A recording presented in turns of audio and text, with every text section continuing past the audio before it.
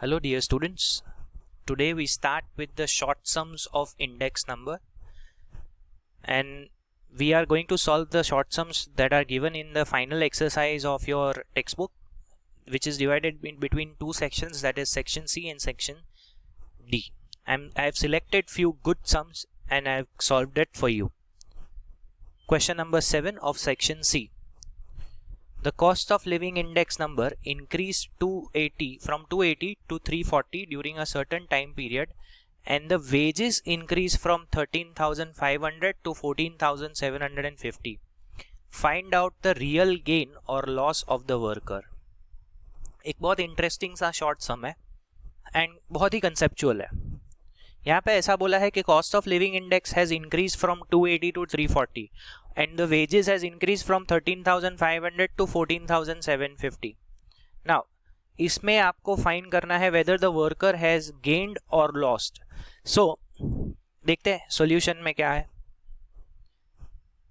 In the solution, सबसे पहले हमने एक क्रॉस मल्टीप्लिकेशन इक्वेशन डाला है, that is when the cost of living index was 280, income was 13,500. Question में ही हमको दिया है that जो cost of living index जब 280 था, the wages were or income were 13,500. If cost of living index is 340, then income should be how much? मतलब कि जो increase हुआ from 280 to 340, उस हिसाब से income कितना होना चाहिए था. तो when we cross multiplied, that is 13,500 into 340 divided by 280, we get 16,392.86 rupees.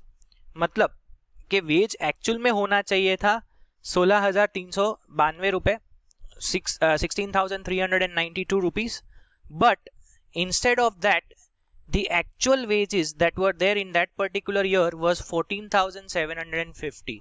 जब इंडेक्स 340 था, 340 था, तब wages were only 14,750 and the projected wages that we calculated just above, that is 16,392, उसका होना चाहिए था इंडेक्स के हिसाब से. तो according to this, the worker is having a loss of 1,642.86 rupees because जो इंडेक्स इंक्रीज हुआ, मतलब कॉस्ट ऑफ लिविंग इंडेक्स, महंगाई जितनी बढ़ी उतनी उसकी इनकम नहीं बढ़ पाई, तो it will be considered as a loss. So we move on to the next question. The cost of living index and average monthly wage from the year 2010 to 2013 are given below. Find out the real wages for each year. बहुत ही simple question है. आपको यहाँ पे average wages दिए हुए हैं और कॉस्ट ऑफ लिविंग इंडेक्स दिया है from 2010 to 2013. Simply you have to calculate real wages, और रियल वेजेस का फॉर्मूला है या रियल इनकम का फॉर्मूला है wages divide by cost of living index into 100. बहुत ही सिंपल सा फॉर्मूला है. You have to just put the data given to you in the formula and आपका आंसर आ जाएगा. फॉर एग्जांपल 2010 में your wages, average wages was 35,000 and cost of living index was 120. So 35,000 divide by 120 into 100 is equal to 29,166.67. ये आपका answer है for 2010. This is the real wage. मतलब कि महंगाई के हिसाब से उसकी एक्चुअल इनकम क्या होती है, वो होता है रियल वेज. 40,000 सेकेंड ईयर में आपका वेज था and the index, cost of living index 120 से 150 हो गया है, तो उस हिसाब से 26,666.67 इज हिज रियल वेज. तो अगर हम एब्सोल्यूट फिगर्स में देखने जाए तो 2010 में 35,000 था और 2011 में 40,000 था. तो ऐसे देखने जाए तो इनकम इंक्रीज हुआ है, लेकिन in comparison to cost of living index देखते हैं हम, जब इसका रिलेटिव मेजर फाइंड करते हैं तो हम देखते हैं कि एक्चुअल में उसका इनकम डिक्रीज हो रहा है. See, this is the funda of conceptual studies.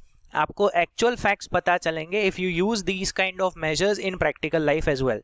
तो सम को आगे बढ़ाता है. 2012 के अंदर 42,000 आपकी इनकम थी and the cost of living index was 130. यहाँ पे इंक्रीज, एब्सोल्यूट इंक्रीज हुआ और कॉस्ट ऑफ लिविंग इंडेक्स भी डिक्रीज हुआ, तो यहाँ पे आपकी इनकम, रियल इनकम इंक्रीज होगी टू 32,307.69 एंड लास्ट ईयर में 50,000 was your wages. Divide by 160 into 100 is equal to 31250 rupees. So this is how you calculate your real wages. So now we move on to the 9th question of section C. The wholesale price index for the year 2014 and 15 are found to be 177.6 and 181.2 respectively. Find out the rate of inflation using index numbers for both year. Another very simple question, और उसका एक अलग formula है to calculate rate of inflation. Rate of inflation is equal to cost of living index of current year minus cost of living index of previous year divide by cost of living index of previous year into 100. बस हमको जो भी given data है ये particular formula में डालना है. Basically rate of inflation आप इकोनॉमिक्स में भी पहले पढ़ चुके हो. इन्फ्लेशन का मतलब होता है महंगाई, जो दाम में बढ़ोतरी होती है उसको हम इन्फ्लेशन बोलते हैं. तो कॉस्ट ऑफ लिविंग इंडेक्स जब इंक्रीज होता है तो we consider it as inflated economy. तो यहाँ पे भी वही है that in 2014 your cost of living index was 177.6 और 2015 दैट इज करंट ईयर में 181.2 हो गया है. तो उसका डिफरेंस फाइंड करके उसको परसेंटेज में निकालेंगे यूजिंग दिस फॉर्मूला, तो will get 2.03%. That is your rate of inflation. एकदम सिंपल सा क्वेश्चन है, काफी बार पूछा गया क्वेश्चन है, for 2 marks. That's it for this question. Question number 10 of section C. The percentage increase in the price relatives of 3 items are 315, 328, 390 respectively. If the importance of these items is 5:7:8, find out general price index. Now, question बहुत simple है, लेकिन silly mistakes होने के सबसे ज्यादा chances ये question में होता है, बिकॉज यहाँ पे percentage increase of price relatives दिया है. This is not index number, this is increase. Now before we move on to the solution of this question, मैं आपको एक बात बता देता हूं कि जब भी आपको क्वेश्चन के अंदर इंक्रीज दिया हो तो उसको इंडेक्स में कन्वर्ट करने के लिए you have to add 100 in it, और हमने वही किया है सोल्यूशन में. फॉर एग्जांपल यहाँ पे इंक्रीज आपको 315, 328 और 390 दिया है, तो इंडेक्स नंबर के लिए हमने उसमें 100 ऐड कर दिया. So it became 415, 428 and 490. बाकी वेट्स को तो आपको एज इट इज ही लिखना है. And then you have to solve this entire question by the formula of IW upon W. तो हमने IW का कॉलम बनाया, so we got the total of 8,991 and weights का टोटल था 20. So putting it into the formula, we got the general index as 449.55. Question number 11 of section C. If the average disposable income of a family of a class is 25,000 in year 2014, and if the cost of living index number for the year 2016 with the base year 2014 is 120, estimate the average disposable income of the family of that class in the year 2016. Another very simple question. यहाँ पे 2014 को base year माना गया है, इसीलिए उसके index को question में देने की जरूरत नहीं थी, बिकॉज हम सबको पता है कि बेस ईयर का इंडेक्स 100 होता है. तो उस हिसाब से जब cost of living index is 100, उनकी बेस ईयर की इनकम थी 25,000.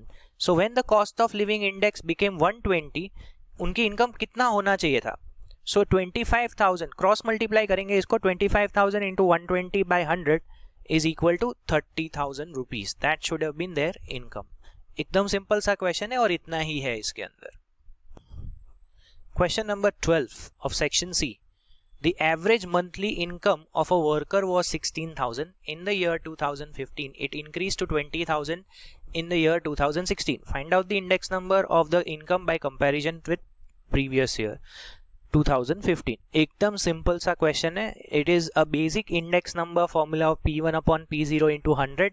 जो करंट ईयर की इनकम है 20,000, प्रीवियस ईयर की इनकम है 16,000, या बेस ईयर भी कह सकते हैं उसको, into 100. So your answer will be 125. Question number 13 of section C. If the production of an item increased by 9/5 times in the year 2016 as compared to the base year, find the index number for the production of the year 2016. Another very simple question, but again इसमें silly mistake ये होती है कि increase को index मान लिया जाता है. सबसे पहले हम जो इंक्रीज टाइम्स में दिया है उसको परसेंटेज में कन्वर्ट करेंगे, तो increase in percentage is equal to 9/5 into 100, तो 180% इंक्रीज आएगा। Remember this is increase not index, और इंडेक्स फाइंड करने के लिए from increase you have to add 100 to इट, so index number is equal to 180 plus 100 is equal to 280। Now last question of section C, question number 14, if IL is equal to 221.5 and if IF is equal to 222, find out IP। यहाँ पे आपको fishers index और last pairs index दे दिया है, आपको Paasche's index find करना है, which is quite simple to do. You just have to first put the formula, that is IF is equal to under root IL into IP, whole under root होगा ये, and we put the values that are already given. Fisher's index was 222 and last payer's index was 221. अब root हटाने के लिए हम दोनों side को square कर देंगे, so 222 square is equal to 221.5 into IP।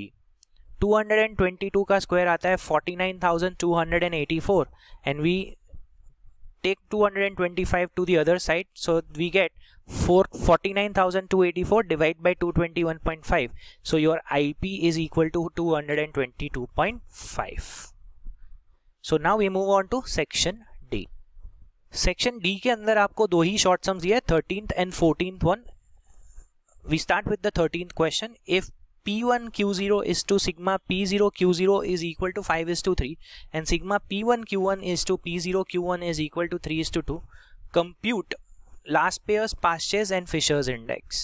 बहुत ही सिंपल सा क्वेश्चन है, you just need to put the formula and solve it.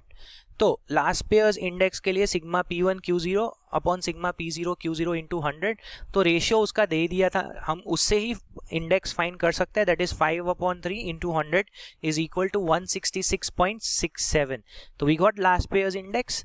Paasche's index भी ऐसे ही फाइंड करेंगे, sigma P1 Q1 upon P0 Q1 into 100, that is 3/2 into 100 is equal to 150, and from these two we can find out Fisher's index, that is 166.67 into 150, whole under root will get 158.12.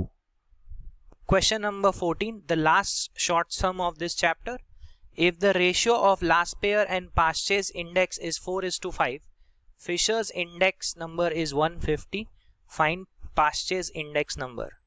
A good question this one actually। So we'll see the solution. Formula of IF is equal to IL into IP whole under root, और यहाँ पे ऐसा बोला है कि इन दोनों का last pair और पास्ट पेयर का रेशियो है 4:5। So we have taken 4x, IL is equal to 4x and IP is equal to 5x. तो 150 that is IF is equal to whole under root 4x into 5x। Again root हटाने के लिए हमने दोनों side square कर दिया, that is 150 square is equal to, जब हम 5x इंटू 4x करेंगे तो 20x स्क्वायर हो जाएगा। सो 22,500 इज इक्वल टू 20x, 20 को हम इस साइड लेके जाएंगे तो x square is equal to 22,500 divide by 20, we get x square is equal to 11.25। जब हम रूट करेंगे इन दोनों को तो x is equal to 33.54। Now हमको सिर्फ इसमें पास्चेज इंडेक्स फाइंड करने की जरूरत है, एंड पास्चेज इंडेक्स को हमने यहाँ पे 5x अज्यूम किया था, तो IP is equal to 5x and x की वैल्यू थी 33.54, so 5 into 33.54 is equal to 167.71। So that's your short sums and that's the end of this particular chapter।